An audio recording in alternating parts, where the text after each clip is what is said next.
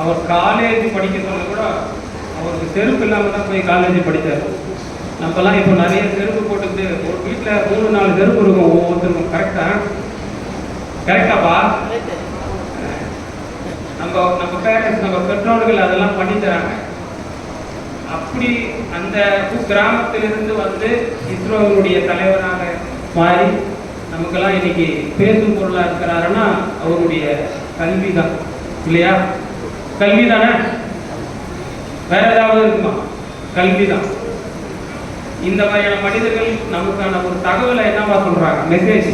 என்ன மெசேஜ் சொல்றாங்கன்னா, எங்கிருந்து வந்தாலும் எந்த நிலையிலிருந்து வந்தாலும் நம்ம ஜெயிக்கிறதுக்கு கல்வி இருந்தால் போதும்னு சொல்றாங்க. கரெக்டா இல்லையாப்பா? அப்ப நம்ம என்ன பண்ணலாம், இன்னும் நல்லா படிக்கலாம். இப்போ நான் இது அட்வைஸாக சொல்ல ஒரு மெசேஜாக சொல்கிறேன். கரெக்டாக மெசேஜ் தான், உங்களுக்கான தகவல் தான் இருக்கு. அட்வைஸ்னா எல்லாருக்கும் போரடிக்கும், தகவலாக தான் சொல்கிறோம். அதனால இங்கே வந்திருக்கக்கூடிய மாணவர்கள் உங்களுடைய எதிர்காலம் சிறப்பான முறையில் அமைய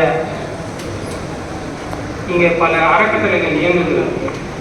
அவங்க உங்களுக்கு என்னென்ன உதவிகள் தேவையோ அந்த உதவிகள் எல்லாம் உங்களுக்கு செய்ய கடமைப்பட்டிருக்காங்க.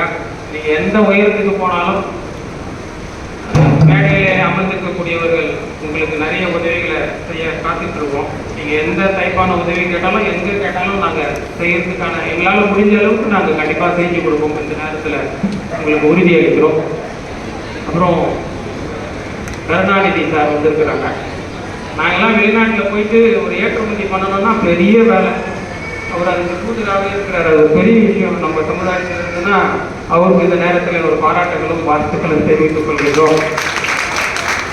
எங்கள் அத்தனை பேருக்கும் இந்த நிகழ்ச்சிக்கு வாயிலாக நீங்கள் மென்மேலும் வாழ்க்கையில் சிறந்தவர்களாக விளங்கி நல்லவர்களாக விளங்கி இந்த சமுதாயத்திற்கு திருப்பி நீங்கள் உங்களுடைய வாழ்வின் ஒரு பாகமாவது உபயோகரமாக இந்த சமுதாயத்துக்கு இருக்க வேண்டும் என்ற நம்பிக்கையோடு விடைபெறுகிறோம். நன்றி, வணக்கம்.